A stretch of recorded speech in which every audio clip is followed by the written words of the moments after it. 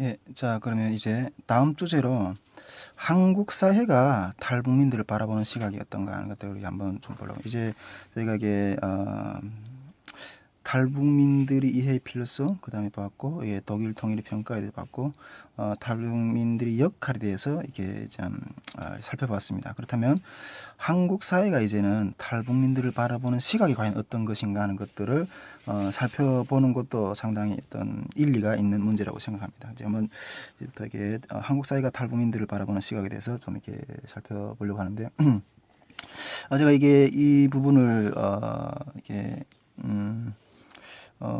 들여다보면서 이게 여러 자료들을 이렇게 참고하게 됐는데 그것들 중에서 이렇게 눈에 띄었던 어떤 몇 가지 점들을 좀 여기서 이렇게 한번 좀 정리를 해서 이렇게 같이 나눠 보려고 합니다. 첫째는 일단은 탈북민 개념 역사를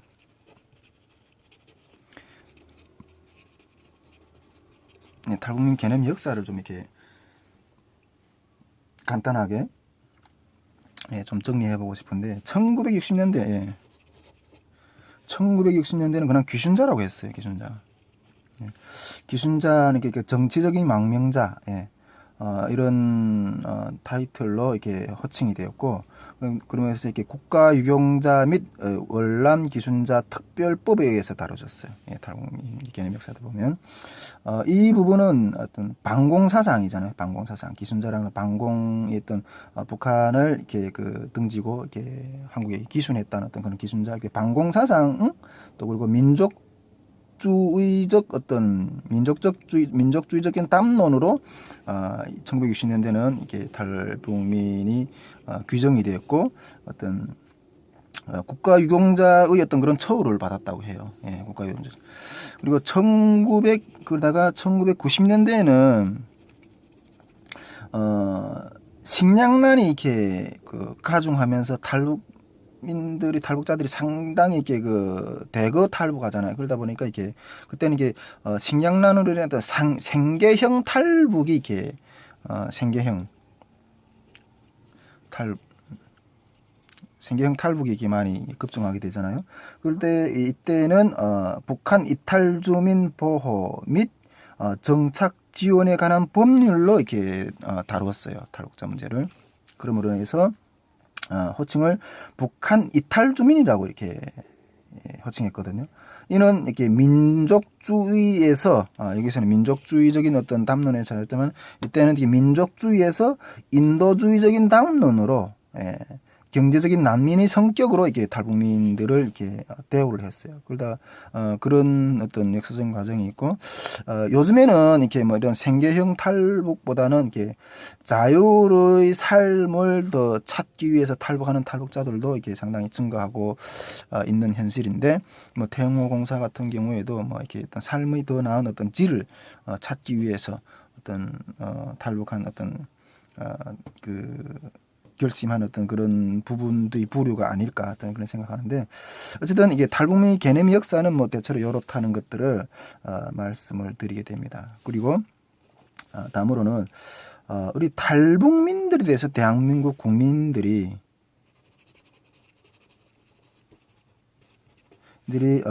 태도가 어떤가 하는 것들을 좀 이렇게 더 살펴보기로만 하는데 이런 아주 재미있는 설문조사가 있더라고요. 이게 이런 질문을 가지고 남보다 대한민국 국민에 가깝다.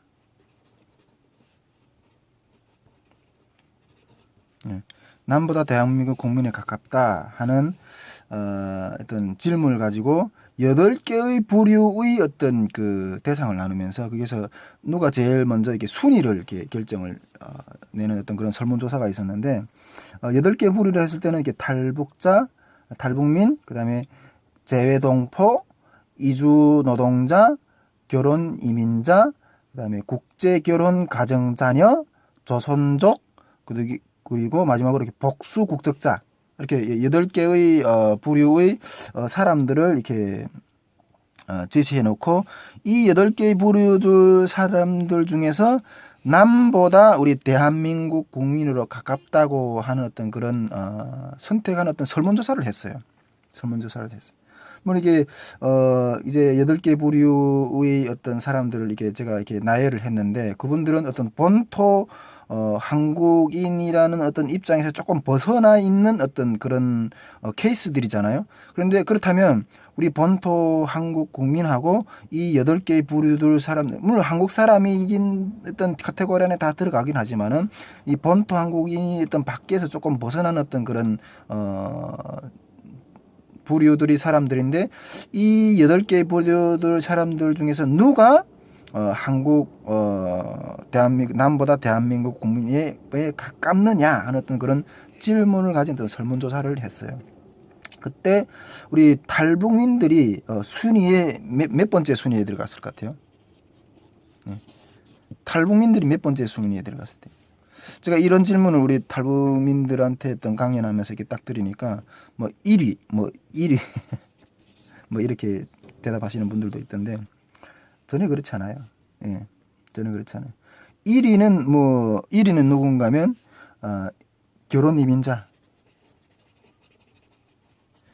1위가 결혼 이민자예요.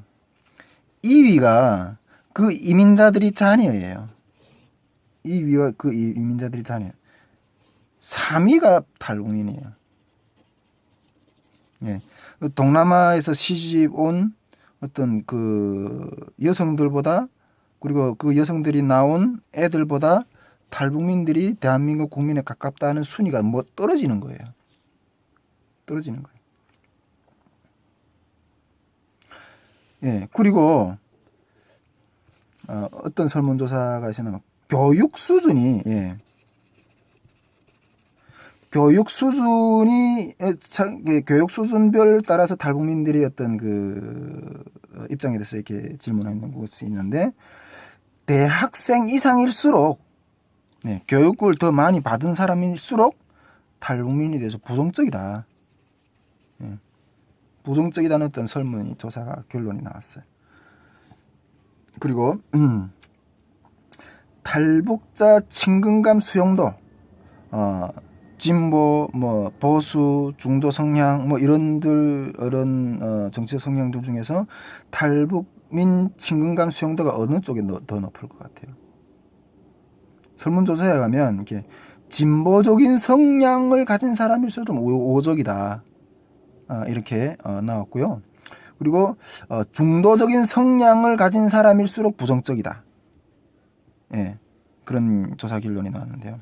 제가 그때 이따금씩 그 탈북민 전도를 이렇게 좀 하다 보면 지나가는 어르신들이나 어떤 이런 분들을 만날 때 탈북민 전도를 좀 하다 보면 이게 제가 전도를 하면 무슨 전도를 하겠어요? 탈북민들을 향한 어떤 전도를 할 거 아닌가요? 그래서 전도지를 이렇게 딱 나눠주면 어떤 분들이 딱 받아보고 이게 어디서 나오시는가? 우리 탈북민들을 전도하는 어떤 교회에서 나왔다 이렇게 이야기하면 어떤 분들은 아주 냉랭한 어떤 그런 얼굴과 어떤 그런 말을 던지면서 지나가시는 분들도 있어요. 어떤 할아버지는 그런 이야기를 딱 하니까 빨갱이들하고는 내가 상종을 안 해. 빨갱이들하고는 내가 상종을 안 해. 뭐 이런 이야기를 하면서 이렇게 확 던지면서 이렇게 지나가시는 분들도 있더라고요. 그러면 연령별대로 어떨까요, 여러분?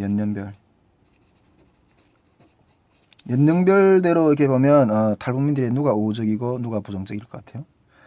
젊은 층들일수록 부정적이고 60대 이후 이런 분들일수록 우호적이에요. 우호적인 어떤 부분들이 있고요. 그리고 만일 또 이런 조사도 있었는데 만일 탈북민 자녀를 배우자로 이렇게 내 자녀의 배우자로 이렇게 받아들이는데 어떻게 생각하느냐, 뭐 이런 것들을 대한 어떤 설문조사도 있었어요. 그런데 그때 그 나왔던 반응이 어떤 것이었는가 하면 조선족, 뭐 장애인, 외국인 노동자, 뭐 이런 정도의 어떤 부류로 생각하는 거예요. 조선족과 결혼한다, 뭐 장애인과 결혼한다, 외국인 노동자하고 결혼한다, 뭐 이런 정도로 생각하는 거예요. 탈북민들의 자녀를 자기 자녀들이 어떤 그 결혼 상대로 생각했을 때. 뭐 그런 면에서 뭐 봤을 때는 뭐 제가 이게 이 남한 태생의 자매하고 결혼했으니까 뭐 어떤 면에서 상당히 이렇게 인정을 받는 좀 이렇게 일반적인 어떤 그런 사고에서 이렇게 좀 벗어나는 어떤 그런 성공적인 케이스라고 뭐 말해도 될까요? 예, 어쨌든 그런 어떤 설문이 어떤 결과가 있습니다. 또 마지막으로 한 가지 어떤 설문이 조사 내용이 있었는가 하면 탈북민을 어떤 지방 사람의 한 사람을 인정할 수 있느냐, 지방 사람이 지방의 어떤 한 사람들로 인정할 수 있느냐, 우리 뭐 전라도 뭐 경상도 뭐 이런 우리 뭐 강원도 사람 뭐 이런 대한민국 국민 안에 제주도 사람 뭐 이런 지방의 어떤 색깔들 있잖아요. 근데 이런 것처럼 탈북민들도 어떤 지방의 소속된 우리 국민이지만 한 지방의 한 사람으로서 이게 우리가 인정할 수 있느냐, 이런 설문을 했을 때 탈북민들도 우리 지방의 어떤 사람으로 인정하기가 쉽지 않다. 어떤 그런 조사 결과들이 이렇게 나온 것들을 보면서 와, 참 냉정하구나 하는 그런 것들을 제가 이렇게 많이 느꼈습니다. 그리고 또 한 가지 이렇게 볼 수 있는 것은 경제적 이해관계. 이 경제적 이해관계의 어떤 그런 맥락 속에서도 이게 탈북민들하고 이렇게 얽혀 있는 부분들이 있음으로 인해서 이게 아주 배타적인 어떤 그런 감정들이 상당히 있는 것으로 이렇게 연구 자료들이 이렇게 나온 것들을 발견하게 되었습니다. 일반인들은 이게 세금과 관련해서 뭐 이주자들이라든가 탈북민들하고 이해관계가 이렇게 얽혀 있는 어떤 그런 상태잖아요. 일반인들. 예. 물론 이렇게 이런 것들은 이게 뭐 좀 이렇게 일반인들이나 좀 이렇게 돈이 있거나 뭐 이런 분들은 뭐 이런 관계를 뭐 크게 고민 안 하는데 일반인들은 이런 분 세금과 관련해서 이주자들이라든가 탈북민들하고 이해관계가 얽혀 있는 어떤 그런 상황 가운데 있거든요. 그러다 보니까 이런 시각에서 보면 복지 서비스의 수혜자로 탈북민들이 이렇게 복지 서비스 수혜자로 또로서 이렇게 자기들하고 나눠 먹는 어떤 상대가 되는 거예요. 아니 세금도 한 푼도 안 낸 사람들이 우리가 낸 세금으로 이렇게 부담해서 이 사람들을 부양해야 되느냐, 이런 부담감을 가지고 있는 거죠.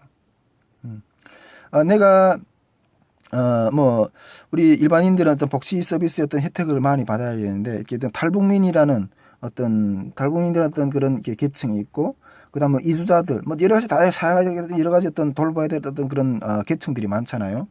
근데 이런 계층들을 돌본다는 건 결국 이게 세금과 어떤 그 복지 서비스가 들어가는 재정이 들어가는 어떤 부분인데, 일반인들은 이런 탈북민들하고 이게 세금을 나눠 먹는 어떤 세금에 대해서 이렇게 이해관계가 얽혀 있는 어떤 그런 상대 가운데 있다는 거예요. 그러면서 아니 너네는 우리 나라의 건국을 위해서 뭐 세금 한 푼 내는 사람들이 이게 갑자기 어느 날 국민이라고 인정해주고 세금으로 상당히 이게 혜택 또는 상당히 그런 부분들에서 불만이 있다는 거예요. 정부는 이게 탈북민들에게 지원을 위해서 이런 제공에서 뭐 거주 그다음에 거주 비용이라든가 뭐 정착지원금이라든가 뭐 취업 교육지원금이라든가 이런 것들 여러 가지 많이 제공하잖아요. 근데 이런 것들은 다 세금을 통해서 어떤 복지 서비스의 어떤 재원이 마련돼야 하는 어떤 그런 부분들이 있기 때문에 이 일반 주민들은 이런 부분들에 대해서 상당히 이렇게 얽혀 있는 거예요. 또한 이게 대학생들, 대학생들도 속에서도 이게 상당히 불만이 많고, 대학생들이 이렇게 관용의 폭이 제일 좁은 어떤 그런 부분들을 이렇게 많이 나타나게 되는 것들을 보게 될 수 있었습니다. 일단 이렇게 대학생들이랑 우리 한국에서도 보면 이렇게 막 정말 뭐 이렇게 1년의 어떤 과정을 쫙 하고 뭐 겪으면서 고3 이게 또 이렇게 수능도 치고 얼마나 그렇게 열심히 해서 정말 경쟁해서 뭐 인서울이라 그러죠. 서울 안 있고 서울 겨울 경기권 안에 대학에 대해서 얼마나 치열한 싸움을 해요. 대학생들이 그 대학에 들어가기 위해서 학생 자녀를 하나 그런 대학을 보내기 위해서 또 부모들이 얼마나 과외고 이렇게 비타게 시키세요. 그런데 이렇게 여기 학생들은 그런 치열한 경쟁과 노력을 통해서 들어가는데, 탈북민들은 뭐 지금은 어떤 정책이 되는데 제가 있을 때마다 35세 미만이면 내가 공부를 하겠다는 의지만 있으면 대학에 때는 그 무시험으로 들여보냈어요. 어떤 장학 혜택을 이렇게 들어줬거든요. 그러다 보니까 우리는 그렇게 애타게 해서 노력해서 들어가는데 너네는 뭐냐? 너네가 있음으로 인해서 우리 문이 좁아진다는 거예요. 예. 그러니까 대학생들 가운데서 특히 이렇게 관용의 폭이 제일 좁은 것들로 이렇게 나타나는 것들이 이렇게 찾아볼 수가 있었습니다. 예. 이게 개념 역사도 봤고, 대한민국 국민들이 태어도 보고, 경제적 이해관계 문제도 봤지만, 이번에 또 한 가지 더 보고 싶은 것은 탈북민 문제를 이념의 상대로 이렇게 이념의 문제로 바라보는 거예요. 이념의 문제로 이렇게 대한다는 거예요. 탈북자 문제, 이념의 문제로 대한다. 저는 이게 제일 큰 난관이라고 이렇게 생각하는데, 물론 우리가 뭐 핵 문제가 뭐 북한 문제 가운데서 핵 문제가 또 여러 가지 그런 남북 관계에서 이렇게 상당히 큰 문제로 자리 잡고 있지만은 나중에 통일 시대에도 이렇게 이 이념의 문제가 저는 이게 이 핵 문제보다 몇 값절 더 풀기 어려운 문제라고 저는 그렇게 느껴지게 돼요. 예. 이 연구를 하는 과정에 정말 이 이념성의 문제로 그러니까 상당히 우리 남북 통일 내재의 그런 길 가운데 내재하고 있다는 부분들에서 정말 더 깊이 있게 체험하게 됐고 또 더 깊이 있게 바라보게 되었어요. 또 이게 탈북민 문제를 이념의 문제로 이렇게 연결시켜서 이렇게 이념성으로 상대한다는 거예요. 역사적으로 봤을 때는 이렇게 6.25 이후에 넘어온 탈북자들 있잖아요. 이게 그때는 월남자들이라 그러죠. 6.25 월남자들 이런 분들이 이렇게 이렇게 놀리는 어떤 그런 말들도 있더라고요. 이게 뭐 38 따라지, 뭐 38 따라지라든가, 뭐 이런 것도 이런 역사적으로도 이렇게 6.25 때부터 이렇게 북에서 넘어온 사람들이 이렇게 놀리는 어떤 그런 말도 있고 어떤 그런 이렇게 구분하는 어떤 그런 말들도 있는 것처럼 지금도 넘어오는 이렇게 탈북민들에 대해서 이렇게 그렇게 많이 신뢰를 못하는 어떤 사회적 현상. 지금도 이렇게 북한에서 넘어온 사람들은 혹시 무슨 나쁜 짓을 해서 무슨 도망쳐서 왔나? 혹시 내가 탈북민들하고 이렇게 접촉할 때 혹시 무슨 간첩하고 접촉하는 어떤 그런 느낌? 그런 뭐 간첩 임무를 받고 온 어떤 그런 사람일 수도 있고, 이게 아직도 이게 빨갱이 물이 들어있는 사람들하고 내가 접촉한다는 어떤 그런 깨름직함? 어떤 그런 부분들이 있는 거예요. 그런 부분들이. 정부는 또 어떤가요? 물론 많은 부분에 있어서 지금까지 이게 탈북을 해서 이게 한국에 들어오는 것들을 많이 수용하고 어떤 자기들이 어떤 정치적인 어떤 필요에 의해서 어떤 그런 것들에서 이렇게 탈북민들 많이 받아들이고 어떤 그런 것들이 있지만은 그러나 정부 자체도 이렇게 북한 사회에서 세뇌된 주민들이라는 것을 탈북민들에 대해서 이렇게 의심의 눈초리를 이렇게 놓을 수가 없는 거죠. 예, 사상적인 의심의 어떤 피할 수 없는 어떤 그런 것으로 주시하고 있는 게 늘. 그래서 지금도 이렇게 담당 형사들이 각 탈북민들마다 이렇게 다 따라다니는 거예요. 물론 뭐 어느 정도 따라다니 어떻게 정도 파악하는지 건 그들의 실력이지만은 그런 제시 눈초리들을 이렇게 거두지 못하고 있는 거예요. 예. 또 하나는 어떤 면에서 이게 좀 이런 문제들이 크게 도출이 되는가 하면 이게 남북 관계가 이렇게 나쁠 시기 있잖아요. 예, 나쁠 시기. 이 남북 관계가 나쁠 시기에 이런 문제들이 더 이렇게 사회적으로 많이 표출되는 것 같아요. 저는 이게 이런 느낌을 확실하게 드는데, 이게 북한이 이렇게 도발하잖아요. 북한이 도발했을 때 이렇게 뭐 연평도 뭐 포격 사건이라든가 뭐 천안함 사건이라든가 뭐 이런 것들이 이렇게 북한이 도발하는 어떤 그런 시점들이 있을 때 탈북민들을 이렇게 북한하고 동일시하게 여기는 어떤 그런 눈길들을 좀 느껴요. 저도 그때 이렇게 그런 사건들이 있을 때마다 교회 나가면 교회라든가 우리가 뭐 이렇게 어떤 사회 어떤 단체 어떤 기관에 이렇게 나가게 됐을 때는 뭔가 내가 잘못한 것 같은, 내가 물론 이게 북한하고 나는 결별하고 땅에 왔지만은 뭔가 북한에서 어떤 그런 도발을 하고 어떤 남북 관계가 긴장되었을 때는 내가 잘못한 것 같은, 이 사회 주변의 사람들이 나를 북한과 동일시하게 이렇게 바라보는 것 같은 어떤 그러한 느낌들을 받는다는 거예요. 네, 느낌들을 받는다는 거예요. 그리고 마지막 한 가지 좀 이렇게 좀 더 살펴보고 싶은 것은 정체성의 입장에서, 예, 정체성의 입장에서 정체성의 입장에서 탈북민들을 바라보는 시각 어떨 것 같아요, 여러분? 이 부분도 이게 상당하게 이렇게 그 예리하게 이게 표현되는 것들을 제가 이렇게 찾아서 이렇게 발견하게 되는데, 이거는 이게 이 부분에 대한 연구를 손혜리, 그다음에 이내영, 손혜리하고 이내영이라는 두 분이 이렇게 연구한 논문을 이렇게 보면서 그 논문 가운데 잘 이렇게 기재되어 있는 것 같아, 잘 정리해 놓은 것 같더라고요. 일단 우리가 정체성이라고 했을 때, 우리 민족의 정체성 할 때 민족 정체성이 있고, 정체성이, 예, 그다음 국가 정체성이 있거든요. 민족 정체성하고 국가 정체성이 있는데, 이 민족 정체성이라는 것은 우리가 일본한테 이게 식민으로 식민 생활하면서 국가를 상실하면서 오는 어떤 왔을 때 생겼던 어떤 그런 정체성이었거든요. 예, 민족 정체성. 그러니까 국가 정체성보다는 국가라는 걸 잃었을 때 놓이게 되는 그러한 상태의 정체성을 그때 이 정체성이 가장 이렇게 강하게 이렇게 표출이 되는데, 그때 표출되는 것이 민족 정체성이에요. 이게 우리가 일제의 36년 어떤 그런 노예살이를 하면서 생겼던 어떤 그런 부분들이라고 말할 수 있고요. 이 국가 정체성이라는 것은 이거는 일제 시대의 어떤 그런 것들에서 표출된 부분들이라면, 국가 정체성이라는 것은 남북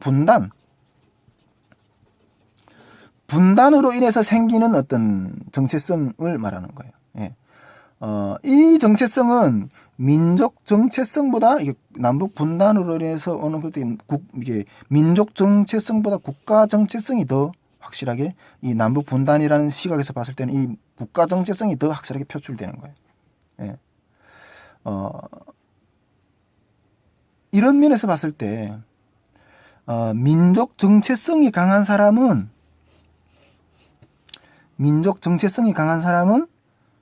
탈북민들에 대해서 어떨 것 같아요? 우호적이에요. 그러나 이 국가 정체성이 강한 사람은 탈북민들에서 배타적이에요. 남한은 자본주의 이념, 북한은 사회주의 이념이잖아요. 그 이념 대결이기 때문에 이념이 다르면 다른 거예요. 이념적 정체성인 거예요. 이거는 국가 정체성이랬을 때. 그렇기 때문에 이게 국가 정체성의 입장에 강한 사람은 탈북민들에 대해서 좀 배타적인 거예요. 그러면 해서 탈북민은 민족 정체성에 있어서는 동질로 생각하지만은 이 국가 정체성에 생겼을 때는 배타적인 부분들로 이렇게 느껴지는 거예요. 그리고 이형훈이라는 교수님이 이렇게 어떤 표현한 것을 제가 발췌하긴 했는데, 그분이 이런 이야기를 했어요. 민족주의가 국가주의보다는 통일을 일으키는데 동력이 더 있다, 뭐 이렇게 표현을 하고 있습니다.